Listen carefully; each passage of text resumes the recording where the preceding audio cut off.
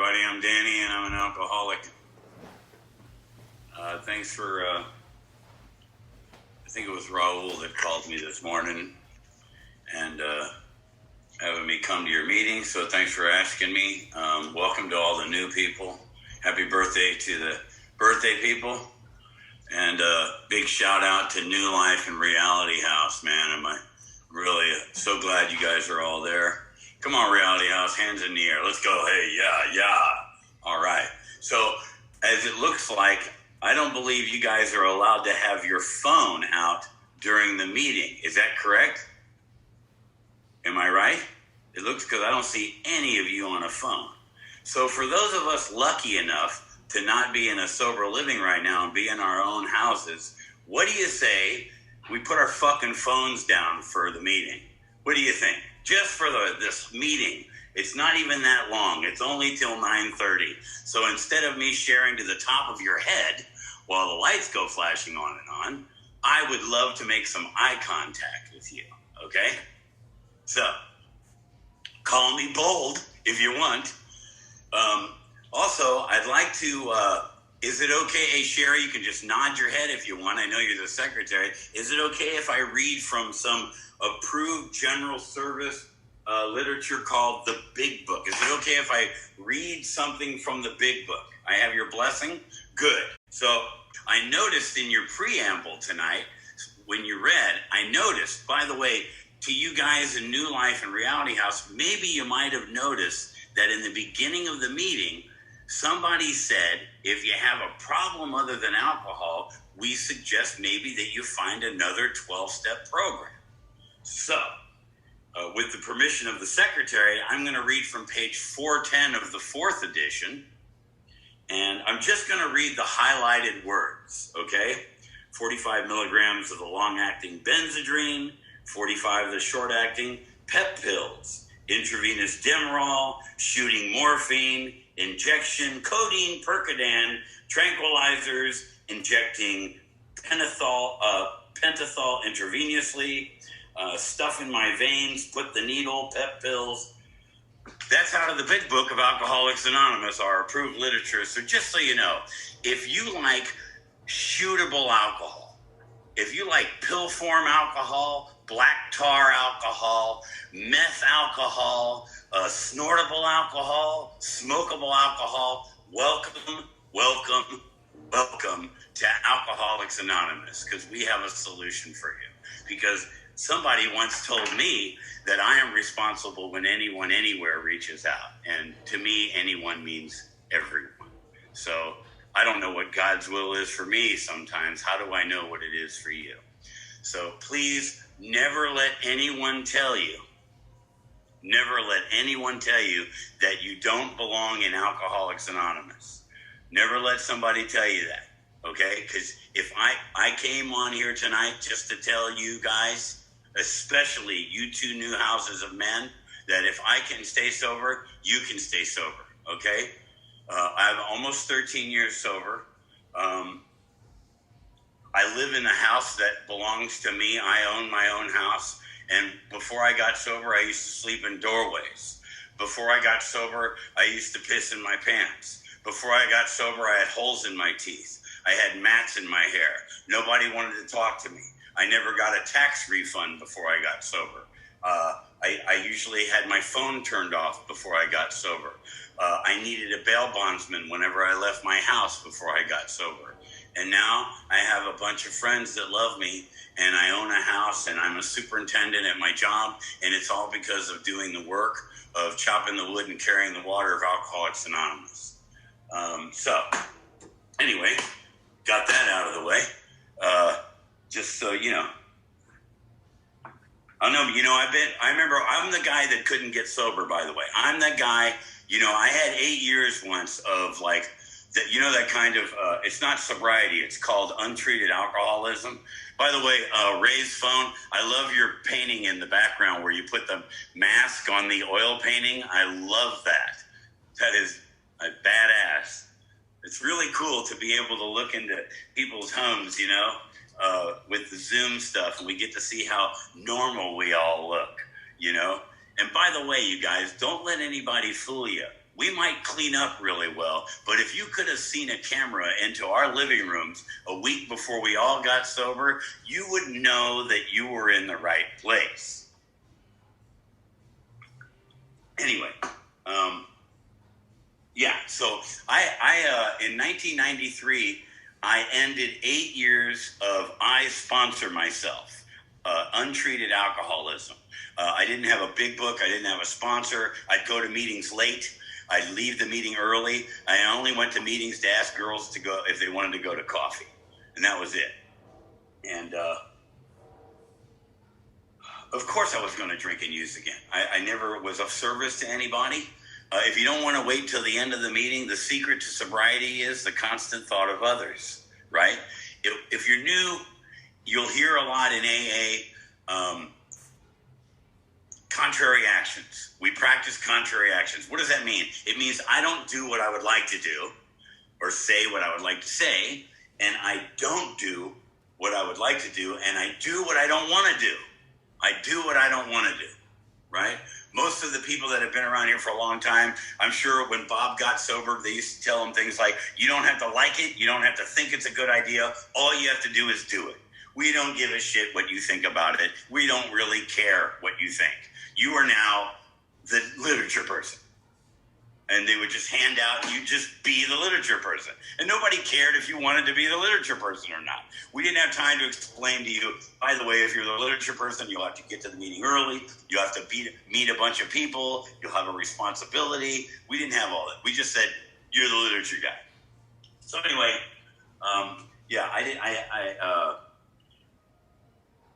the secret to sobriety is the constant thought of others. That's the secret to happiness, right? And the reason it's a contrary action is on page 62 of the same book I just read from, it tells me what my problem is. It doesn't mention heroin. It doesn't mention vodka. It doesn't mention Xanax. It doesn't mention speed. It doesn't mention gin, Southern Comfort, or tequila. You know what it tells me my problem is? Selfish self-centeredness. That's what it tells me my problem is. So what is the contrary action to self? Being of service. So let's just get right into the circle and the triangle. So let me get back to what I was telling the New Life and Reality House. And if the rest of you want to listen, fine. I went back out and I was out for 15 years. And I would try, I knew I couldn't get sober. I could not put 2 days together, man. And I just felt like such a loser. And I'd slither into the back of a meeting after it started. And I would be terrified that somebody was going to ask me that question. How many days do you have now, Danny? And I would get so pissed off. I'd want to punch it because I couldn't get sober. And I thought I was one of those people that was never, ever going to be sober. I'm never going to be able to do it. And you get to be sober, and you get to have a house, and you get to have a wife, you get to have a job, and here I am, you know? And don't worry, the story has a happy ending, because I end up in AA. By the way, it's okay to laugh. Don't tell anybody. Don't let anybody tell you that you can't have a good time in AA. On page 132 is my favorite line in the big book. We absolutely insist on enjoying life. Right? Because when I was like, at the bar spending my daughter's money that I was going to buy a present for, but instead I drank her Christmas present up, I wasn't enjoying life. When I was in a bathroom looking for a vein so I could get this dripper full of whatever was in there in my body so I could escape from now, I wasn't enjoying life. But now, that's what alcohol and drugs robbed me of. It robbed me of now. It robbed me of now, because it ain't about up or down. It ain't about, how low can I get or how high can I get? It's how can I get out of right here, right now? Because right here, right now, I'm comparing how I feel to how your life looks, and I'm a fucking loser. And so I need to get out of right here, right now. And what AA has done, it has given me back now. Now is the only time that I can be a good man.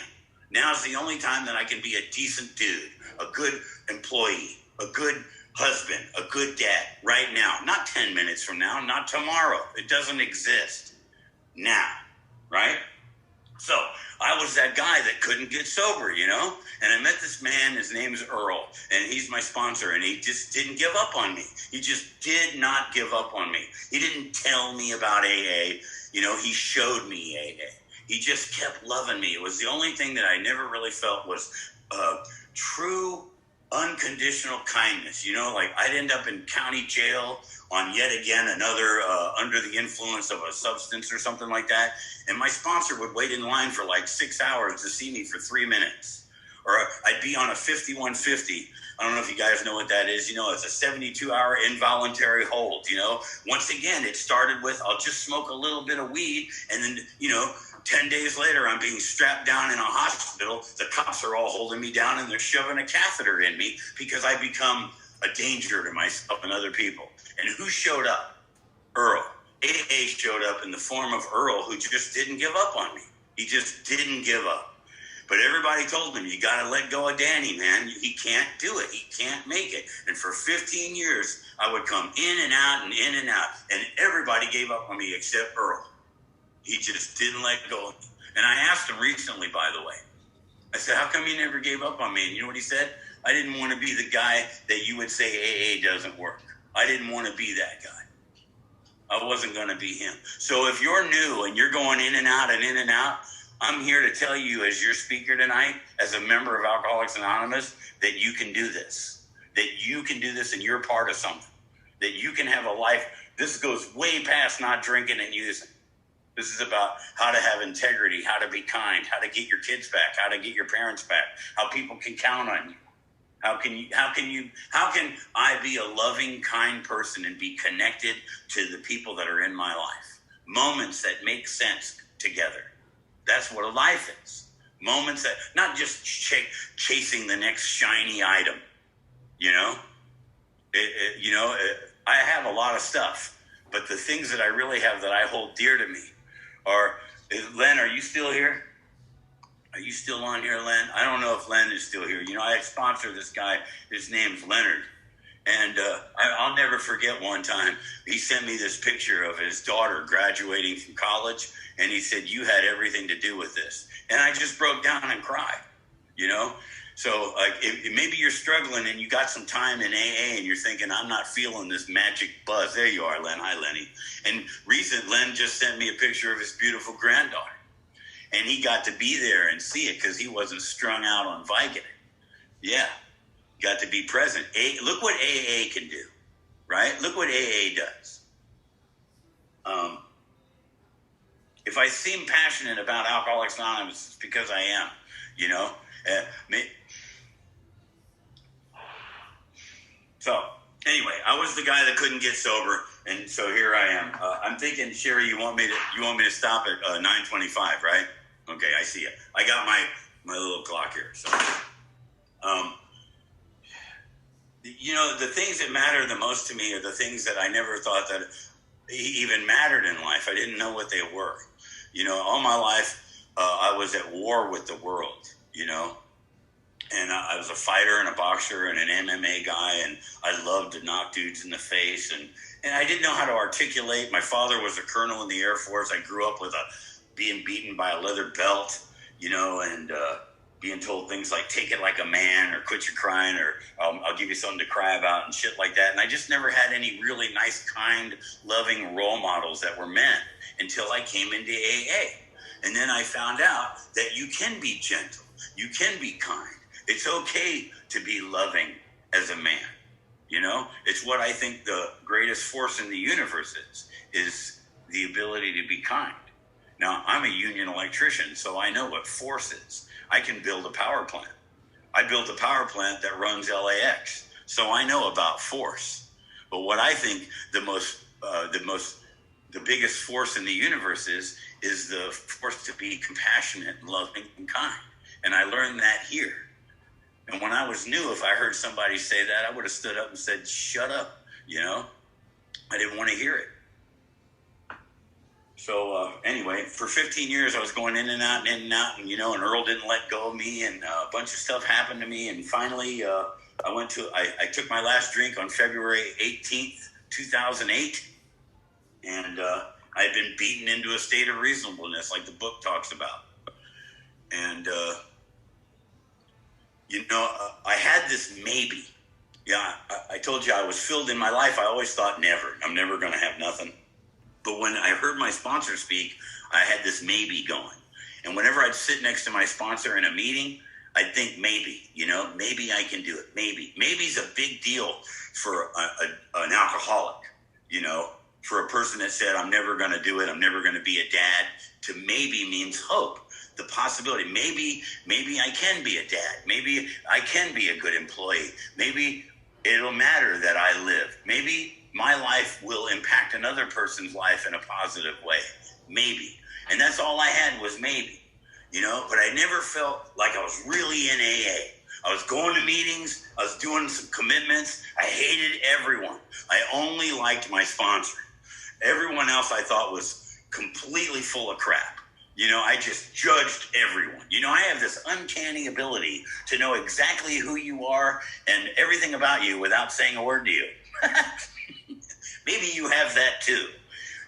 They give Herbert Spencer the credit for saying contempt prior to investigation at the end of Appendix 2 in the spiritual experience. If you're having a problem with God like I did, I highly recommend reading that. It's only 2 pages. So I was sitting in a meeting one time, and this is how I joined AA. And I mean joined AA. I mean like really, really gave it up, really surrendered, On page 30 of our book, it says we learned that we had to fully concede to our innermost self that we were alcoholic. Concede. I don't know about you, but I never conceded. But I know what concede means. It means to tap out, to surrender, to lay your king over in chess. To tap out if you're in an armbar before they pop your elbow. To concede, to give up. Okay, I give up. And I remember the day I really gave up, and I remember exactly where I was. I was sitting in a meeting Monday night. It was one of those meetings, those kind of, hey Sherry, those kind of meetings when you have meetings, you go to a participation meeting and you're not allowed to raise your hand. You got to be called on. Like it wasn't enough that I drove my piece of crap car. When I was new, I was driving this Ford Ranger. My car was dying of alcoholism too, It just had wrinkles all over it from whiskey. And I used to park it 2 blocks away from the meeting because I was so embarrassed.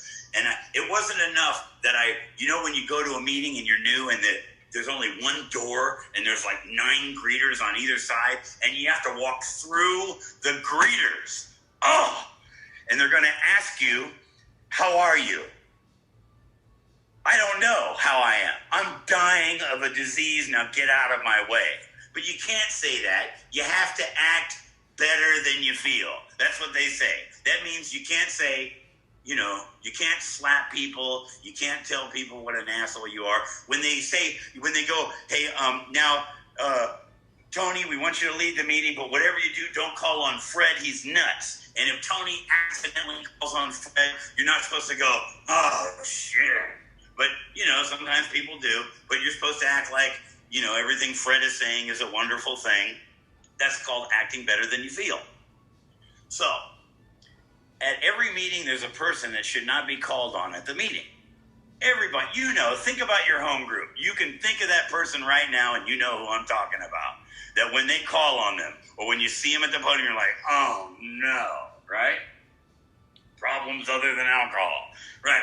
I had become, unbeknownst to me, the person at my meeting that should not be called on. I didn't know it, but most of the people only knew me as the angry guy that Earl sponsors, I was just like, oh, all I believed that my sponsor believed. That's all I believed, and maybe I can do it. Other than that, stay away from me. I don't care about you. I don't want to hear about your damn day. Jesus Christ, isn't it enough that I'm here? And this is how I joined AA. Never felt a part of. When they read the promises, I thought, yeah, let's go out and pet my Pegasus in the parking lot too. Really? I will understand serenity and peace? Really? I will not regret the past nor wish to shut the door on it? Are you kidding? Huh. I used to think. Everybody would share, and I think, oh my God. And at this particular meeting, they'd say, and if you shared last week, please pass, and we'll start the same way we have for the last 25 years, Nancy. Oh my God. Nothing exciting ever happened to this woman. Jesus Christ, if I had a tape of her, trust me, it will. If anybody that's kicking heroin that can't sleep for a month, you put on a tape of Nancy, bam, you'll be out cold. And you got to sit there in the front row next to your sponsor and pretend like everything Nancy is saying is wonderful, but it wasn't. And so this woman's leading the meeting, and I'm sitting there with this maybe, right? And I'm 6 months sober. This is usually when I've gone back out. Usually, I'm sitting in a meeting after doing my commitment, setting up all the chairs, and the beast starts talking to me. You guys ever heard of the beast? It's called the mental obsession, right? It's that little voice. On page 36, there's this guy, Jim, in italics, in the big book, by the way. When you see words meaning to a little bit, that's called italics. It means those are important words. There's a little passage on page 36 where it says, suddenly, the thought crossed my mind that a little whiskey in my milk couldn't hurt anybody. That's the beast talking to Jim, right? Somebody should slap the shit out of Jim and say, are you kidding, Jim? Are you nuts? And if you go 6 lines down, it says, thus started another trip to the asylum for Jim. So, if you're new, Reality House, and you're sitting there at night and you're thinking, you know what? Fuck this place. I don't need to be here. Tell somebody. Tell somebody, hey, the beast is talking to me, man. I got this phone number back in my phone. I know they give me my phone for about 5 minutes every day. And I got this one phone number, you know, that I shouldn't have in there, that my sponsor says I should get rid of. Actually, I memorized it, and I don't even need to have it in there anymore. And I'm thinking about calling this dude. Tell somebody. If you want to make the beast go away, just tell somebody. Just tell someone, hey, I have this great plan. It'd be a great piece of literature on the literature table, Plans of the Newcomer. It would be straight comedy, right? So anyway, I'm sitting there in the meeting, you know, and the beast be talking to me. Hey, my beast is like in the voice of like a little 5'2" hooker. She'd be like, hey, dearie, let's go get a Corona. That's what she sounds like. As soon as I take a sip of Corona, she turns into like a 600-foot sumo wrestler that drags me downtown to the corner of 6th and Bonnie Bray, right? But she always sounds so sweet and innocent. And I'd turn to Earl in the meeting and I'd go, Earl, Beast is talking to me. And Earl would say, tell her to fuck up. And I would, right? And like my buddy Jerry right there, who I sponsor and love, he calls me, he just texts me and he'll write, Beast is talking to me. So what he's doing, look, Alcoholics Anonymous gives me 12 steps. And what that does is it removes the obsession to drink. So I have been separated from alcohol. But sometimes I need to get separated quicker than that because it takes a while to do the 12 steps, right? So if the beast is talking to me and says, why don't we go to the liquor store? Let's go to the Connections house to see how his kids are. You don't care about his kids. You just want a reason to go to the Connections house. So you take out your phone and you text your sponsor. I'm having a really shit idea. And you have separated yourself from that thought, even just for that moment, right? Just that moment. That's why you call your sponsor every day, because it becomes a reflex. Just like if you box, you know that when you jab, you put up this hand right here so you don't get hit. It becomes a reflex. So when you call your sponsor every day, it just becomes a reflex. So that automatically, if you're standing in front of your Connections house, you're going to be on the phone talking to your sponsor, and you didn't even know you called them because it becomes a habit. So, should you call your sponsor every day? Yes. What should you ask your sponsor when you call them? If you're a dude, you probably never called a dude before without wanting drugs, alcohol, or a girl's phone number before, so you don't know what to say. Here's what you say. Hi, this is Bill. What would you like me to do? Whoa. You don't need to tell them what you ate or who you slept with or what movie you saw. We don't care about that. We want you to ask us, what would you like to do? It's time to defer to somebody else's thinking because your brain is broken. Your brain is broken. Can I get an amen? All right. So, I forgot. Okay, so back to the meeting. So here we are. We're in the Monday night meeting. I'm 6 months sober. Beast is talking to me. I'm sitting there, and everybody knows don't call on Danny, right? He looks like a time bomb over there that if you even talk to him, he'll just burst off. My dog is freaking out right now because see him? He just came in the room to say, what the hell is going on? That's Luke. That's Luke right there. Luke hit the jackpot, man. Luke's got it going on. I'm spoiling his ass. So anyway, that's very nice. Okay.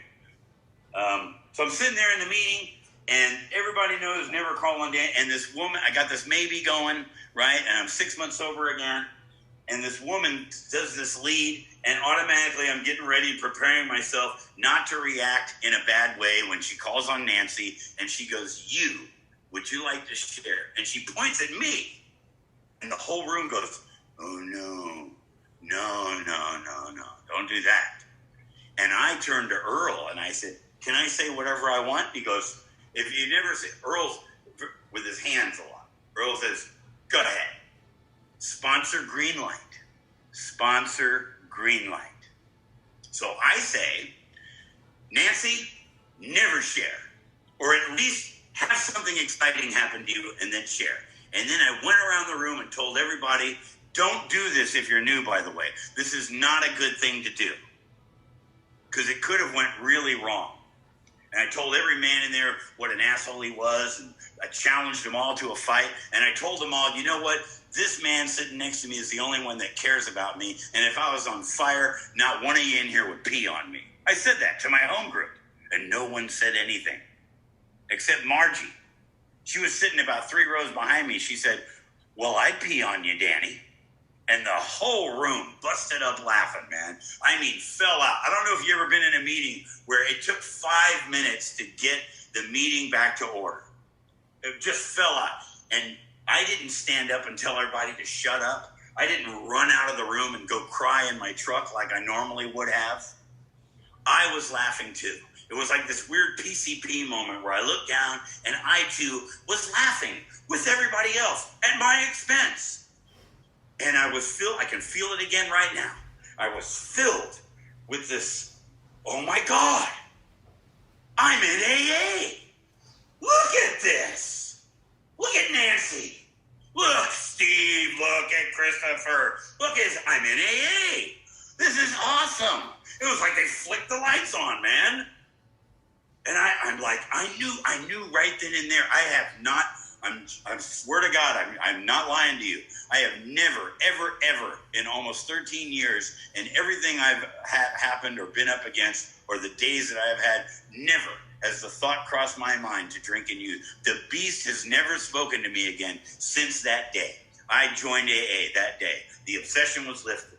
And, you know, I ran up to my sponsor. I don't know if any of you, like my friend Tony, she has this dog named Charlie. And Charlie walks around with this ball in her mouth all day, right? You know these people that have dogs like this? Like if you touch that ball, all you will be doing the rest of the day is the ball. And you know, you can't even look at the ball or say ball in sign language or the party's over, it's the ball. And I turned into that Labrador right there. When Margie said she'd pee on me, I turned into an AA Labrador. Uh-oh, my dog just knocked over a bunch of shit. So that's okay. I ran up to my sponsor, and for the first time, I walked up to him after everybody moved away, and I asked him, I said, what do you want me to do? Tell me what to do. What do you want me to do? And he said, there was a guy at my meeting, it was like this UFC fighter dude. He was all buffed out with tattoos on his face and everything, and all he was missing was a sign that said, don't talk to me.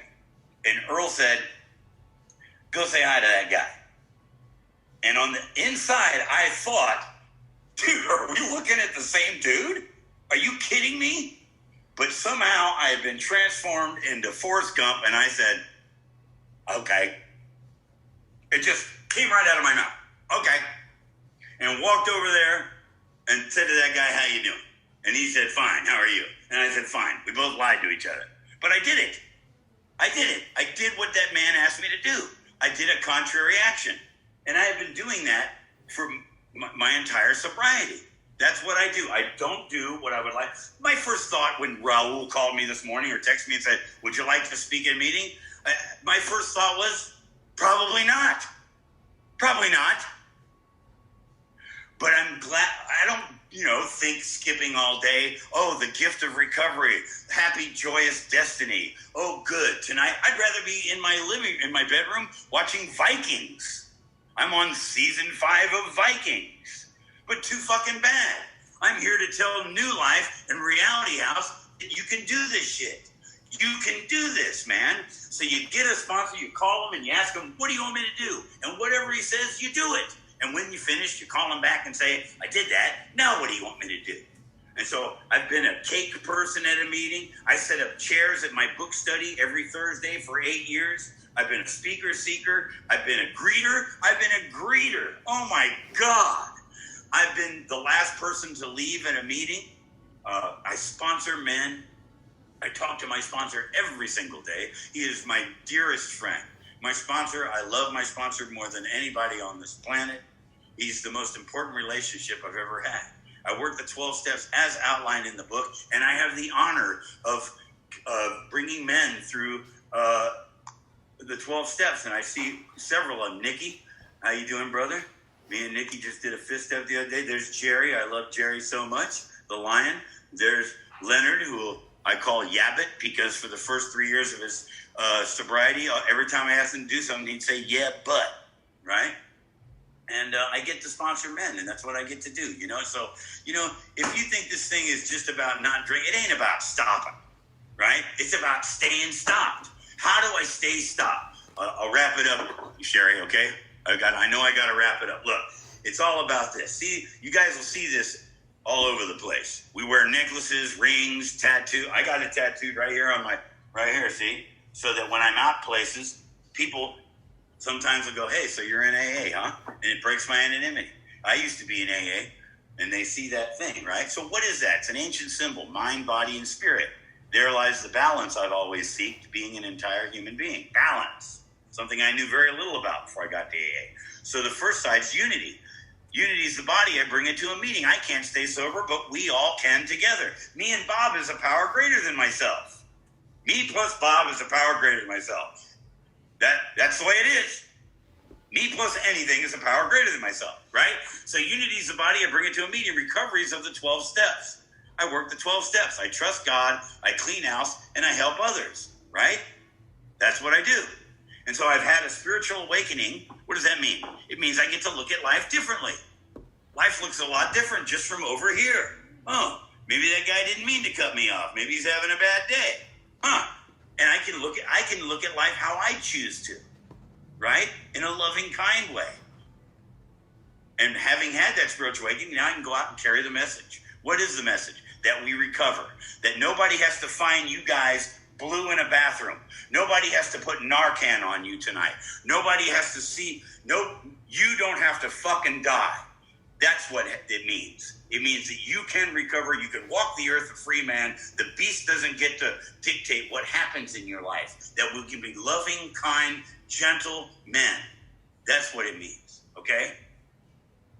And I think that's a good place to, the last thing is service right there. So I get to be of service, And so thank you so much, Sherry, and everybody for having me. And I love you guys, man, and we're going to make it through this, okay? Thanks.